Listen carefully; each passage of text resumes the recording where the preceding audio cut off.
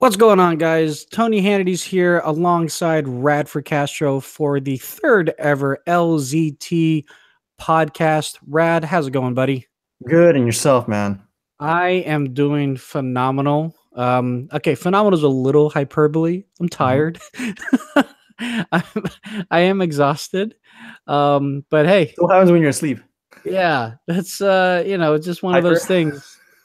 It's one of those things you get over exhausted when you get older, but adulting doesn't stop there. So it is what it is. Mm. But the tech news and the tech stuff just keeps on coming. Hmm. And for you guys here today, we wanted to talk about a few things that have been going on in the technosphere as of late. And if you are watching live, which I don't think we have any watchers right now, but you can watch live on YouTube Live. And we now have the super chat open where you can talk to us and send us nice little financial gifts if you want, donations, and we will shout you out at the end of the shows potentially. But yeah, let's go ahead and get started. And Rad, you pretty much set today's theme with all the different stories that you want to talk about, which actually lined up with what I wanted to talk about. Awesome. So let's start talking about Mickey Mouse and Mickey his Mouse. plan to take over the world. Awesome. So according to The Verge, Disney's reported service plans show that the company is sticking with what already works. And so in the next part, verbatim, Disney's streaming service is still on track for its fall 2019 launch. And today, Deadline revealed, which is a blog, some details about what that service will look like once it launches and what kind of content Disney will be offering. The information comes from meetings Disney had been conducting in Hollywood to give people in the industry a sense of what to expect from the upcoming service. Per the report, Disney is looking to debut 4 to 5 original movies and TV series during the first year of service, which will launch in America first before expanding internationally later on. Disney is said to be sticking with family-friendly programming that fits the Disney brand, with no R-rated movies whatsoever, more adult-tilted content, and will be funneled to Hulu. And the company is said to be leaving its darker and more violent Marvel Netflix series where they are now. There's also no word at all on 20th Century Fox content, which they acquired not too long ago, or what role that studio's output may play in the upcoming service. So this is all interesting to note at. I think one of the biggest things that is a lot of this since the acquisition. There's still a lot of dust that's in the air. So until that dust settles, Disney is still playing with its current contracts and trying to make sure that they put heavy emphasis, quote unquote, on established brands. So it's a very business move, very much a business move. And Sure. other than that, it's not much to see except for the fact that it's mostly a heads up from Disney on what to expect from its streaming service. And I expect it to operate similarly to Stars Mm-hmm. and some of the more concrete services. So if you notice in some of the apps that are out there, you'll notice that you'll see Xbox with the CW, NBC, CBS, which have their own proprietary content. The same thing holds true with Disney, in which they say heavy emphasis on the established brands, which is no doubt no surprise to anybody. But for the most part, it's something to have to look forward to. So it'll be interesting. Yeah, so the 20th Century Fox deal, they said that they were doing it, but they still have to pass FCC regulations, which can take up to a year. So Mhm. that's probably why they haven't said anything or put that in stone, because they definitely want to start the official announcements for its rollout in 2019. So they just want to go with what they know is going to be available because they have control over what they Right. know. Hmm. Now, when it comes to the content aspect of it, that's where it becomes kind of interesting because Correct. Disney has so many hands and so many different cookie jars. I mean, Well, you could think of it as several cookie jars and several different hands and several different kitchens. So if in that metaphor, you could when they bought the 20th Century Fox contract, or in this case, the company, in essence, they're looking at the Marvel content that it's tied to. In this case, like X-Men and um, excuse me, Spider-Man. So those are the two big ones, and there's some other notable ones that haven't got its play, which is not coming to mind at the moment.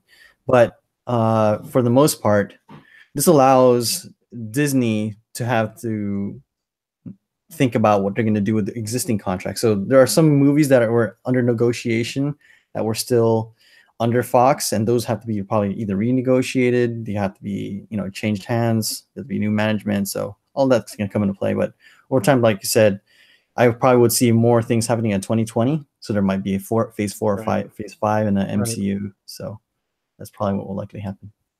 I mean, the one thing that I'm just waiting on, and I know through this reporting, I guess it's not really a leak because it was kind of an official meeting, and pretty much it seems very legitimate and backed up. No one said like, and it's going to be this price because there's so many things that Disney has to offer, and like I was mentioning, they have ABC, they have ESPN, and Disney could potentially offer multiple services at individual price points, or they could say, or you could have all of these streaming services for just one price point, Yeah, that's which probably then most goes likely. right, which goes back to kind of well, you have the a la carte that you wanted. Hmm. Then we're also going to take the cable kind of methodology Hmm. of just giving you a blanket price. But the thing is, as you were saying, kind of all encompassing this is that their offerings, their own content is extremely sought after. I mean, I can't think of one Disney property that I love, whether it be Marvel, Star Wars, or even, Disney Pixar, anything. So they're going to have a lot of people looking this way. I just hope that they continue making the deals with over the air TV as well as some of the other streaming services like their own Hulu and Netflix. And, years from now, they don't start pulling it Yeah, away. there's a lot of things in my so for instance, I am a subscriber to HBO Go. I have Showtime. I have a variety of different services that I subscribe to, some of which I've dropped, some of which I've like revisited and resubscribed to. And when you look at that landscape, it appears that Disney is probably going to hold and keep those contracts. So for instance, HBO Go, if you go into that app and you just go into kids movies, you'll see probably about 70% of them are Disney, like 101 Dalmatians, 102 Dalmatians, some of the older cartoons from the 80s and 90s, they're there. So that can be, a big play. Tony, I lost you. Where are you, Tony? Where are you, Tony? And he's back. Oh, and I can't hear you. 101 Dalmatians. Yes. Did you hear me? I heard the last thing I heard was 101 Yeah, and Dalmatians. then I saw you froze again. Yeah, sorry. Not sure what's happening, but go on. Yeah. So basically, what I said earlier was that other services like HBO Go, which have Disney properties or Disney movies in there, they'll probably have to either renegotiate those contracts or keep them the same. I So mean, most likely it's they're going to keep them the same. Yeah, I mean, I guess to a certain degree, it's already kind of like what we have with Netflix and like CBS shows and things of that nature. So, because like for example, here in the United States, in order for you to watch the Star Trek Discovery show, you have to have CBS All Access. Mhm. But if you live in the UK and you have Netflix, you can watch it that way as well too. So Yeah. they have ways that they can renegotiate in or renegotiate out of contracts and be able to place it in certain services that may be better viable to them, even if it isn't their own direct service. But I guess we'll have to see when time comes. Yeah, it'll be interesting. A more interesting dynamic that people may not have thought about is the fact that you allow directors, actors, and actresses that are tied to different services that are on original content. So in the case of Netflix, or in the case of you can have Dwayne Johnson sitting in 5 different movies, and it could be Disney and Netflix. It could be, Time Warner, Mm-hmm. and you'll find, oh gosh, these guys don't have a good relationship with HBO anymore. They decide to pull out their content that says a lot of things for HBO now, which I'm in a documentary in. So anyhow, I doubt that Disney will make those moves. It's likely they're going to keep their relationships the same way they're just going to use their most premium content in their own streaming instead of having to. It's basically just capitalizing on their biggest properties, which Yeah. it's not going to be a surprise. That's not a surprise at all. And it's very much business sense and it's very much Disney sense. Yep. Yep. Right. Now, Cool. one character that I loved in Monsters Inc. was the Yeti. Mm. And apparently Google has their own Yeti, which is Project Yeti, which is taking on gaming streaming services. So Um, a wild I report just from the oh, go ahead. I just wanted to say when you first introduced me to streaming, Right. game streaming Right. from On Live and Akamai. Was it Akamai who did it? No, it was No, not Akamai. it's a different service. It was started by the guy who founded Interplay. I can't Yeah, remember his and name. they were bought by Sony. Correct. Yeah. I thought that idea was phenomenal. I thought that would It's a good be move. It was yeah, right. the But it's interesting as quickly as ISPs have gotten and everything, it hasn't really caught on, right? But Google still wants to get into it. mm-hmm. What do you know about this, Red?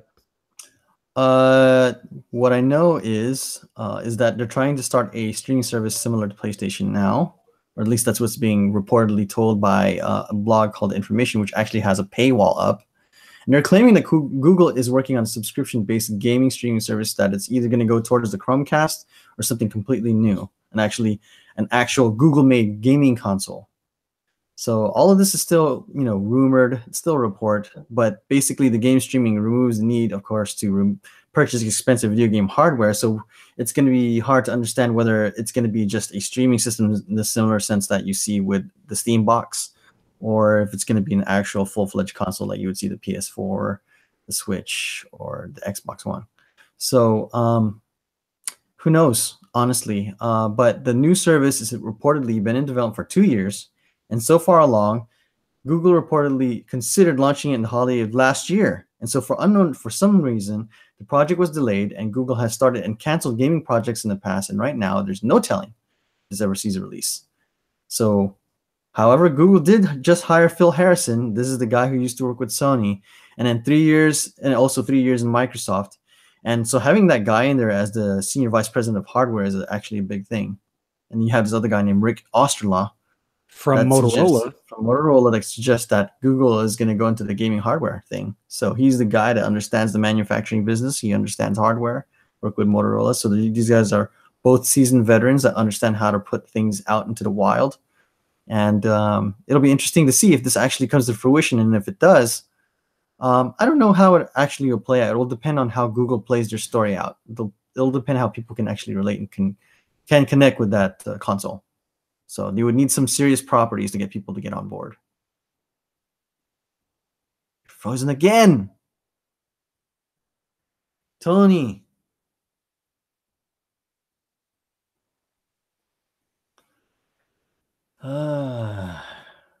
Dude.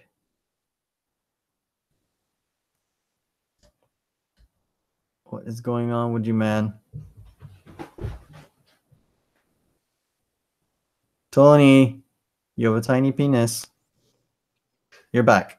So I'm gonna take this. Did you hear what I just said like earlier? Yeah, I did. What did I say? It's gonna depend on the properties. Okay, now, because I said you had a tiny penis, and if you didn't hear that, fine. No, that's fine. How would you know? You wouldn't know. So make sure to cut that out. So no, yeah, it will. I'm going to take this as a gamer. This will 100% depend on the quality of the service as well as the quality of the games. Because if you look at, and by the way, the company I was thinking about was Gaikai. That's it. That was the company that Sony bought. So Gaikai or Sony rather, they're streaming their own games that they have available, and that's great. Before then, though, it was kind of like Gaikai's own games. Right. It was actually online through the browser. Right. And they weren't great games, but what they loved was the technology. Exactly. Right. So Google itself, I mean, arguably the only games that they have had in the past are Chrome-based, web-based games that were kind of like playful, but not really meant to be taken seriously.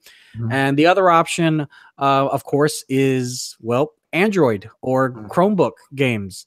And let's be honest, you can't compare Android games to Switch or to Xbox, to Xbox or PS4. PlayStation. Yep. Now, I will agree that the Nvidia Shield, the handheld as well as the controlled one, really did kind of take off in a niche way because it really did prove that it is very viable for this to be successful. But game developers, at least the ones that mattered, did not care. Yeah. So I Hey, hope that in the famous words of Steve Ballmer, man, developers, developers, developers, exactly. developers, developers, Exactly. developers. I mean, look at Microsoft. I mean, to a large degree, when it comes to developing games, Microsoft leans on developers to an exorbitant amount, so much so that Yeah. they sometimes eventually just end up buying the company. I mean, look what happened with Mojang, the guys Right. behind Minecraft. There's rumors that they might There's buy also the guys about behind Rare. Sea of Yeah. Thieves. Yeah, Sea of Thieves might buy the guys behind PUBG. So I mean, that's really Bungie. put. Well, see what happened with that. They had Yeah. Bungie, and then they lost Bungie. Oh well, yeah, 343. They still have the Yeah. property. That's what it means. But Well, they have Halo, which is another story. But anyways, I get your point. right. This is going to be very interesting because as much as I'm a Google fan, I'm also a very huge Google critic because of all the things that they've started and all the things that they've canceled, and even the things that they've canceled that were good. It's like okay, or the things that they've kept. Like what was canceled. I mean, it's stupid. But I did. Reader? Yeah. Really? I like the reader. It was just very very clear cut, very easy. I understood it. But then if you look at other services that they kept on going, and arguably there's not a lot of development in there. Google Wave. Well, Wave, Plus, Google Plus, and It's so still live. Yeah, it's still alive. I mean, that's how we're doing this. It's kind of powered by Google Plus a little bit. Yeah. But yeah, they have very similar to Disney in some respect. They have a lot of cookie jars. They have a bunch of kitchens, as we know, because there's Alphabet and then a bunch of other mini kitchens and tiny little cookie jars every which way. And there's a lot of high hopes that if any company can do this, it's gonna be Google. Because I think like if Amazon were to come out with something, because Amazon's coming into the hardware game now too, all these the Fire and all that. Yeah, exactly. All the Fire, all the Amazon Echo stuff and whatnot, and all the integration with Amazon voice services. Right. I mean, there's a lot of hardware, but if they came out with their own gaming service, it would make more sense. Why? Twitch. Yeah, YouTube does not in YouTube in the gaming world. You ask gamers, what do you think about YouTube and YouTube gaming and all that? Like I would probably go to Mixer before I go to YouTube gaming. Like there's some disconnect between gamers, but this might be attacking more of the casual gamer. And the only way that it can do it viably is if the price point is good. If the price point is good, if it's quality games and quality hardware. Yeah. And well, you still need to get some big boys in there. You need to get one or two so that you can convince some of the other developers to jump in. Because really it's going to be about relationships. So, and you're frozen again. Dude. Oh my gosh. Tony. You're freezing again. Are you back yet? You're like in and then out. And then in and then out. Yes. Are you back? I can hear you. Okay. So do you hear me like when it's cut, No, you're talking. I'm still going? Because your image is frozen. And then when I ask you for a response, you don't answer back. So I'm like, oh no. No, I can still hear you. Okay. Okay. That's so weird. Yeah, so your image is completely frozen and I don't get any feedback. So anyway.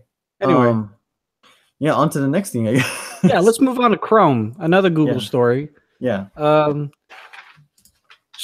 Pretty much screw you, pages that are HTTP and not HTTPS. Yeah. So as of Chrome 68. Yeah, as of Chrome 68. So around July, If your website is not running HTTPS, it's going to make it obvious to users that you're not on a secured page for sure. And that's a good thing.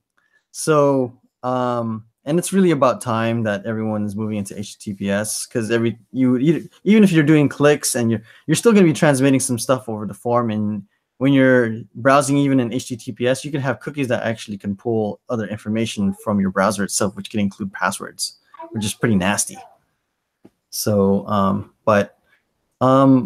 it's it's really about time, and they've been making that a gradual marks for a couple of years now. And if you look at their statistics, it's really interesting. They're saying that developers have been transitioning their sites to HTTPS and making the web safe for everyone. Progress last year was incredible, as it has 68% of Chrome traffic, and with both Android and Windows, is protected at HTTPS. 78% of traffic on Chrome OS and Mac is now using HTTPS. The biggest problem with websites, the reason why you don't want to move to it, is because you have to pay for the secure socket layer certificate. Right. But get this now, it's free. You could do it for free now. So there are services as of when? The moment Cloudflare started doing it. So if you are a developer that's listening right now and you are starting a simple website, right, and you wanted to use HTTPS, typically the old ways that you would go to like a VeriSign website or some sort of like secure socket layer company where you buy the certificate, you slap the certificate on your site, and you go, bang, I can go HTTPS now. Now, what you could do is, if you have a domain name like LZTV and you want to put the S on it, you just get your DNS to point somewhere else, which is like Cloudflare, and then you have Cloudflare point right back to your services, in which in this case we use Ghost as our platform. Then that's it, and you're done.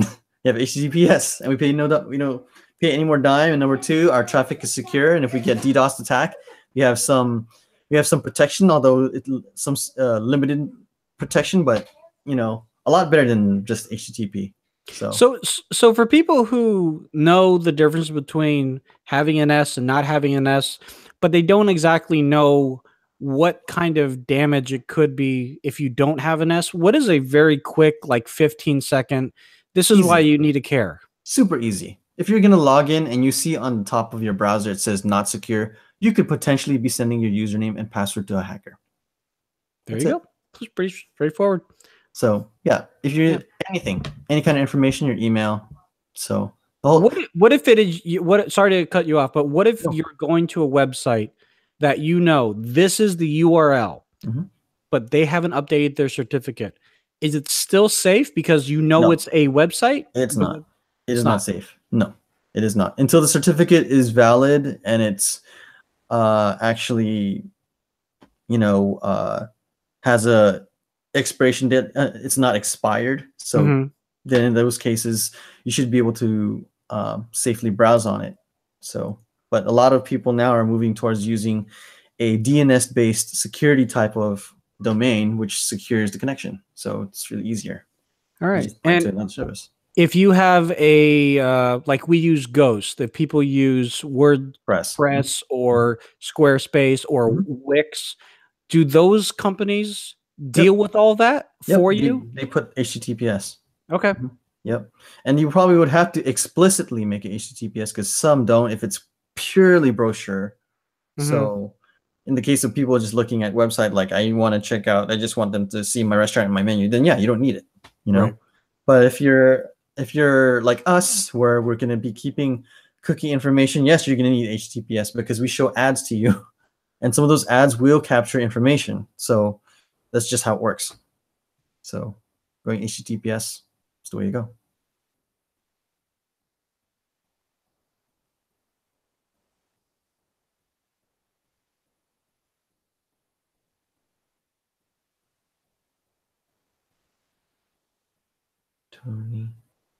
Tony, are you back? Are you back? 'Cause you're frozen again. I'm gonna draw a mustache on you, Tony.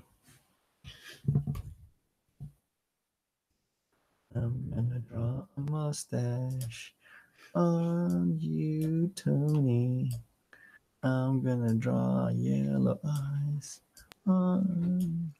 All right, let's go ahead and move on to Facebook. Now, Facebook has always had the thumbs up, and then more recently, they have the different smiles that where you can emote and respond to an update or a comment, and have some sort of emotion to the comment, whether it be happy, surprised, or sad. Um, and now they're finally testing downvotes. What's all this about? I thought they didn't like the downvote. So Facebook is testing a new feature that would allow users to downvote comments on the platform, although it both claims that it is or isn't happening. So this is something that's happening in beta. And so at the Daily Beast, it also reads, Facebook is, the test appeared for several users on Thursday in the comment section of posts within Facebook groups and on old Facebook memories content. Users shared the screenshots with the Daily Beast. So then Facebook's person denied that the company is testing the dislike button before giving information about why it is performing the test. And quote, so it goes, quote, we are not testing a dislike button. We are exploring a feature for people to give us feedback about the comment section on public page posts. This is running for a small set of people in the US only, unquote. The feature appears to give users the ability to downrank certain comments. This is the first time Facebook has tested anything similar to a dislike button, and it could theoretically allow for content that's offensive or relevant to be pushed to the bottom of your comment feed. So that's interesting. Again, it's all about context, right? Sure. So when we downvote something, what else can you downvote? If it's just comments, that can be very interesting. And it can have some of its own ramifications too. But it'll also have, it also makes you wonder, like, what kind of ramifications it can have socially. Right? Well, it's kind of like when you make a comment and you put a /s, then people understand to take that comment as as sarcasm. How are you supposed to equate a sarcastic downvote? Because there's a lot of times where I'll downvote something not so much about the content itself, or rather, not so much about the person itself, but more about the content, or maybe one thing about the content, and the only option, because I don't like it, I'm not sad about it, so I'll downvote it, because that's the only thing that comes close to my emotion. But how is the commenter going to take that? I don't know. So I don't know if I can make similar. It'd be more like apples to oranges. I'm trying to make the orange more like an apple here. But in my own case study, after looking at this article, I looked at YouTube's comments. So YouTube has the ability to vote downward on something, but the only difference between YouTube and Facebook and the way they handle their social networks is that YouTube has a little bit more anonymous feel to it. So people are a little bit more forward-coming, say whatever you want on the keyboard. And Facebook, you are using Your real name. So those are two very different dynamics. And when someone downvotes something, especially if it's like between friends, people that you know, and you get downvoted, it could leave a certain impression. Yeah, that's what I'm saying. It's like not liking something. Right. I was like, why didn't you like my picture? Oh, my bad. I thought we were friends. I know. It gets to be my friend was in the hospital, man. Why did you downvote that? You know what I mean? I meant to actually, downvote it because I felt that was, bad. But right. That's why they really thought long and hard. I'm pretty sure they had like 75 people in the boardroom deciding on the 6 different emoticons that they would be using when you put your mouse over the link, right? Right. So they're very deliberate about these kinds of things, and now they're just doing a basically an A/B test to see how this works out. Yeah, and I mean, do you want to say? I'll go ahead and say for me, I don't want to downvote. Because I think it can, especially in the public forums part of Facebook, because my wife is part of a couple of public forums that are like groups for not just like things that she's interested in, but also like community groups in the town that we live in. And if she were to downvote, people already get on other people about, just snarky comments. But I can only imagine, like, if someone were to get a downvote, it would just cause more havoc than needs to be. I think downvoting, like you were saying earlier, works in a anonymous environment like Reddit or like YouTube to a certain degree. But in a place where this is connected to your profile, which and your other friends people can see. And unless you know how to do the privacy settings very well, people can see almost everything. And it can cause not just like cyber unrest that could cause someone to go to, to physical lengths. Mhm. So it's going to be an interesting dynamic to see if they actually go through with it. But I'm in agreement with you that the dislike button is probably something that will probably end up in the junkyard. So Yeah, um, hopefully. yeah, I doubt that we'll put that up there. Alrighty. Well, one thing I hope that never gets junked is food. Food's yummy. And as we know, Amazon recently bought Whole Foods, I would say the boutique of all grocery stores, Yeah. and with their new Amazon Go store in Seattle and all these other things that they're getting more into brick and mortar, now they're going to be offering delivery for Prime members in select cities around the United States, and we'll see how it goes from there. Mhm. Um, I knew they were going to do this. It's interesting how they're kind of circumventing the Instacart people, because a lot of, Instacart has that partnership with Whole Foods before the acquisition. Mm. But what do you think about this, man? I think it's the natural course of order, similar to what we were talking about earlier with what Disney is doing. They have to do something with the acquisition. Now the question is, what happens to everything economically now? As everything is being more delivered now, right? So people are not going to be coming to the supermarket less, and there is a sizable population that is willing to spend the money to have food delivered. We're seeing that with existing services like Blue Apron, Right. and some other competing services that are sending fresh food to the door. But Whole Foods really is a big deal in the sense that if you want to order something, especially something that's dry or a combination of mixes or whatnot, there's plenty of people that still want to have organic food, and they're driving an hour and a half away to get it. So I'm not. Are you familiar with the other company called Boxed or Box.com? No, sir. So Box.com is a company it's rising tremendously. It's basically, think of it as the Amazon version of Costco. So Okay. they do everything in bulk, and you try to add into this big huge box until you reach a certain level where you are going to accumulate a box of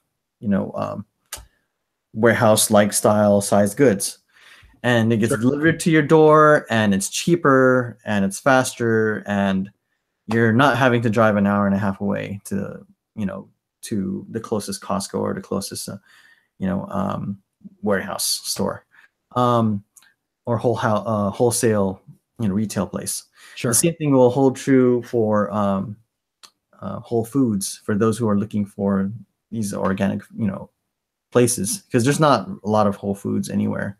But for those that want to order without having to drive to, I don't know, Walnut Creek or Napa, which is where we would have to drive if we wanted to buy some of Right. those things, we can just do it online now. And the crazy thing about it is we can still return things to Whole Foods. So it's really nuts how they've come this far now. Amazon, like, they're just churning away now. Yeah. I don't know what So the next thing is going to be. so I why is Amazon?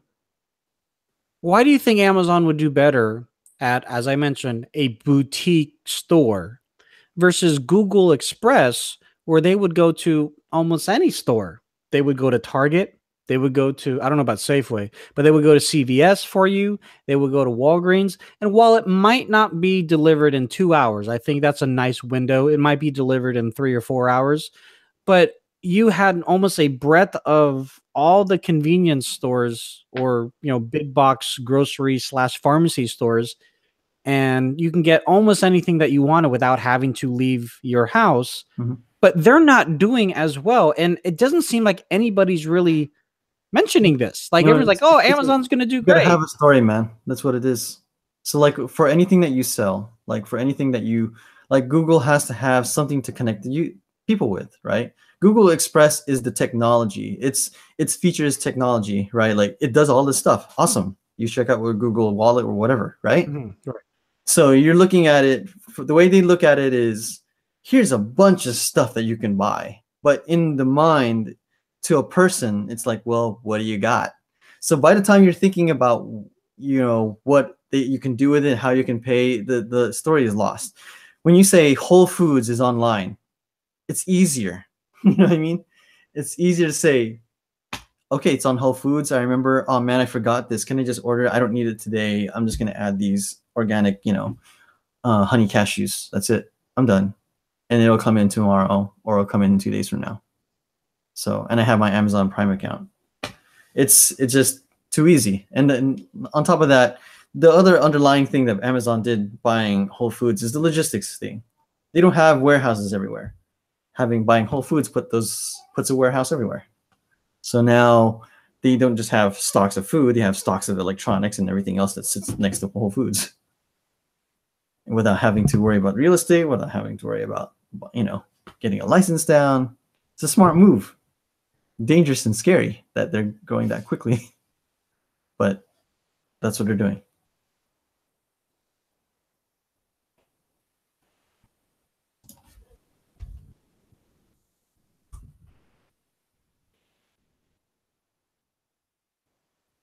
Tony. You can cut this part off, Tony.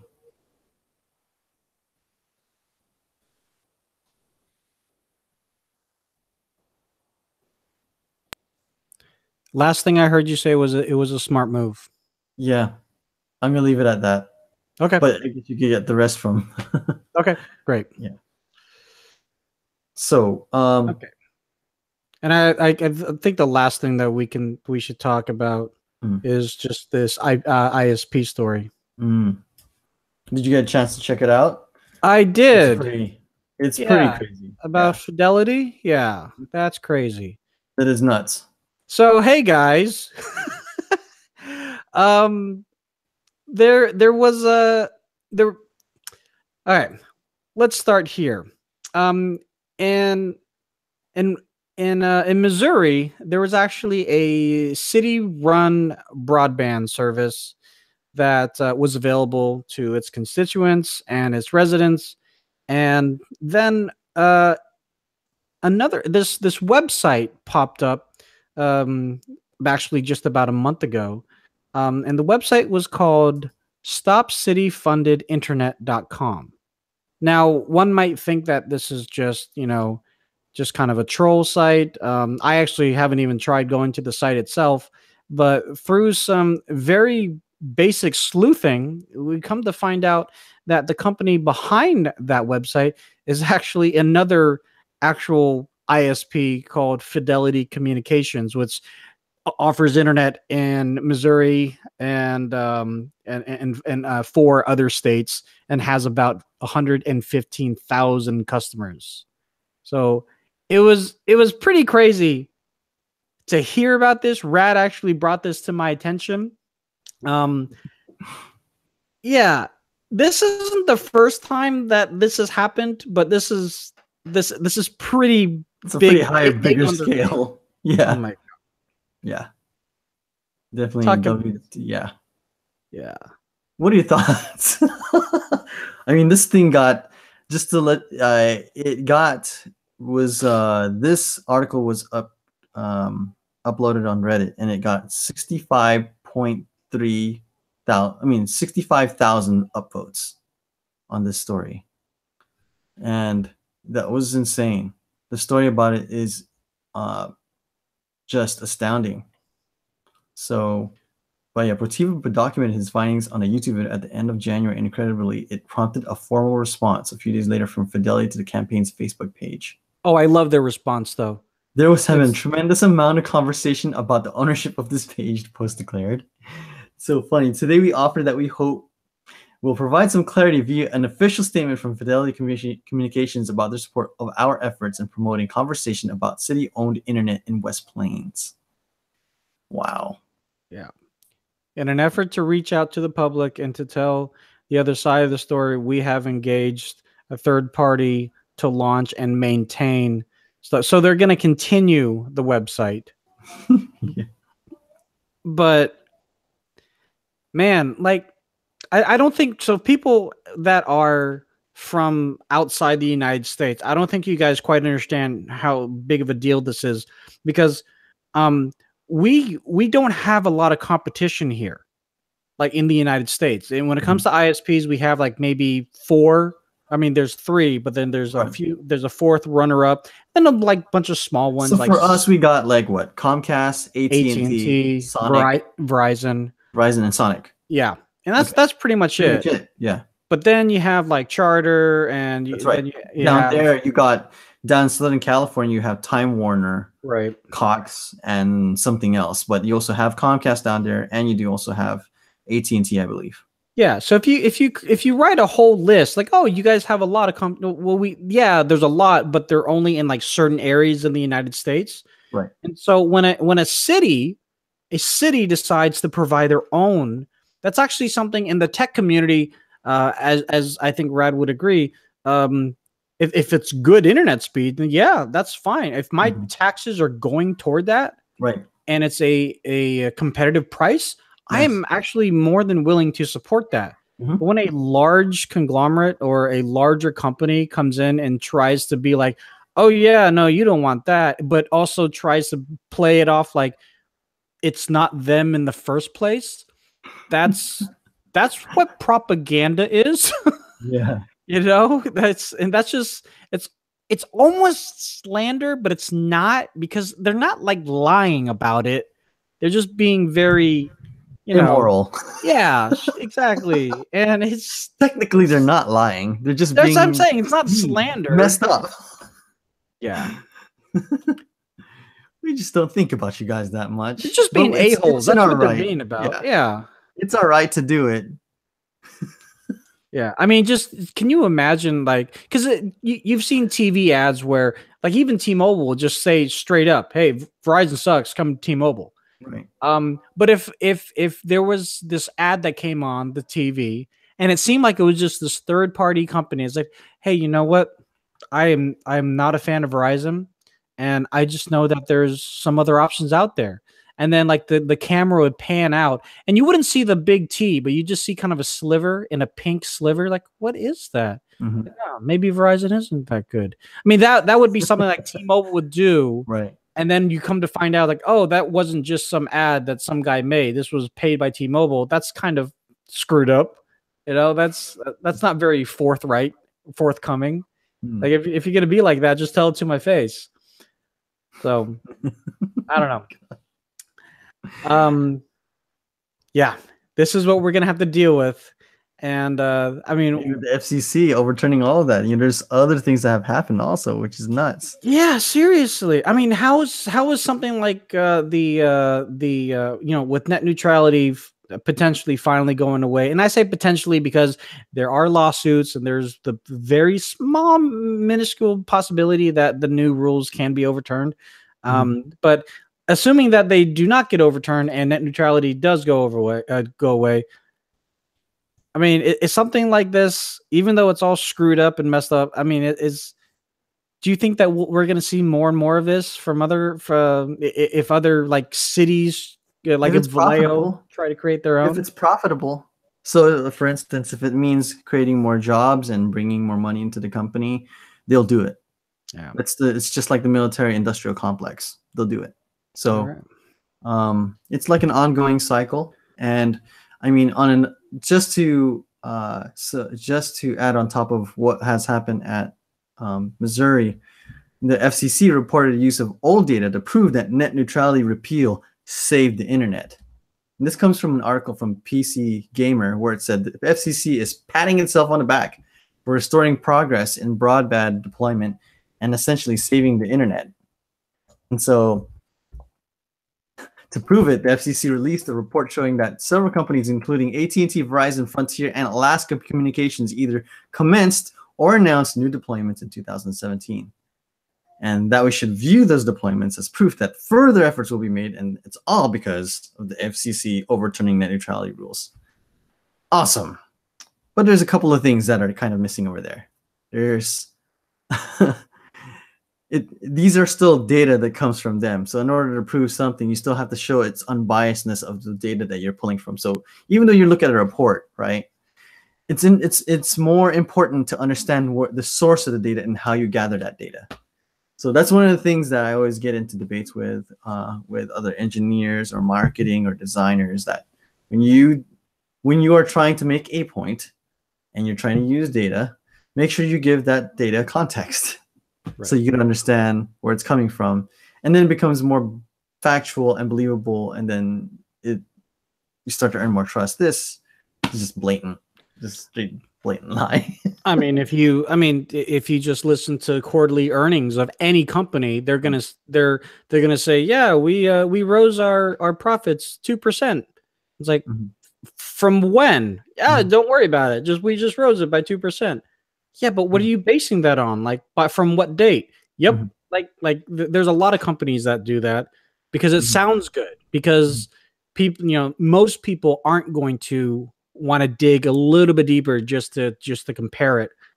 And yeah, when you take things out of context to make it look good for yourself, the bad thing is there's always going to be people out there like Rad who are going to say, okay, it's good that you say all these things. Now let me look. It's not just me, man. There's a whole bunch of us. Well, that's what I'm saying. There's a lot of people like you who do this, and it's a good thing because you're kind of like a pseudo watchdog to be able to tell people, hey, you have only one side of the facts. I'm just a messenger.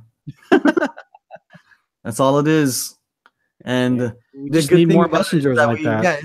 Yeah, the thing though is, I mean, at least between you and me, we understand how the media frames the issues, right? And the same thing is done here. So they frame it in a way where people will look at the painting and say, well, that is a Mona Lisa. And we'll look at it.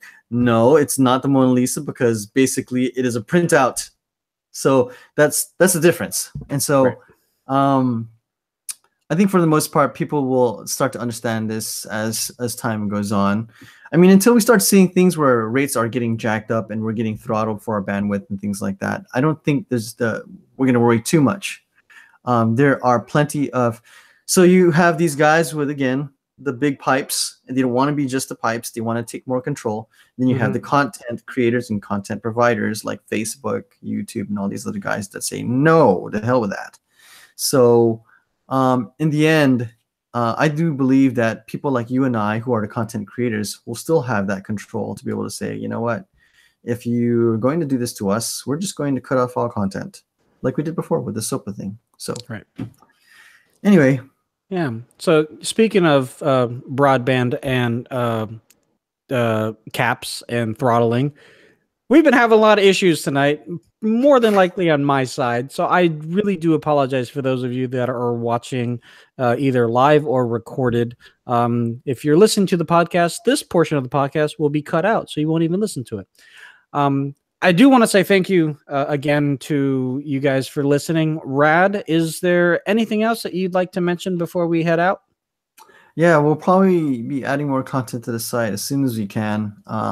We are still doing some cleanup, but for the most part, the site is up. If you want to see our existing reviews, some of them are still impending, but we hope that that our listeners who have listened to us before will come back and just get a chance to check out our site. Definitely. And how can people follow you, Hacker Notes, all that other stuff? Oh, so you could follow me at hackernotes.net or on Twitter at radcastro, and you can also find me on my Facebook page, Radcastro, or in Hacker Notes. Awesome. As for me, on Twitter, Lazy Tech Tony. On YouTube, Teen Ninja 3000, Lazy Tony Vapes, Lazy Tech TV. And make sure you're following all of our other streams, Lazy Tech TV on Twitter, Instagram, and Facebook. Of course, this podcast here. Share with your friends. And if there's anything else that you think that we might have missed, you can always hit us up. But here on this particular video, you can comment in the comment section down below. Guys, thanks again for bearing with all the technical difficulties. Rad, you too as well. Thank you very much. And we will see you guys next month. Bye-bye.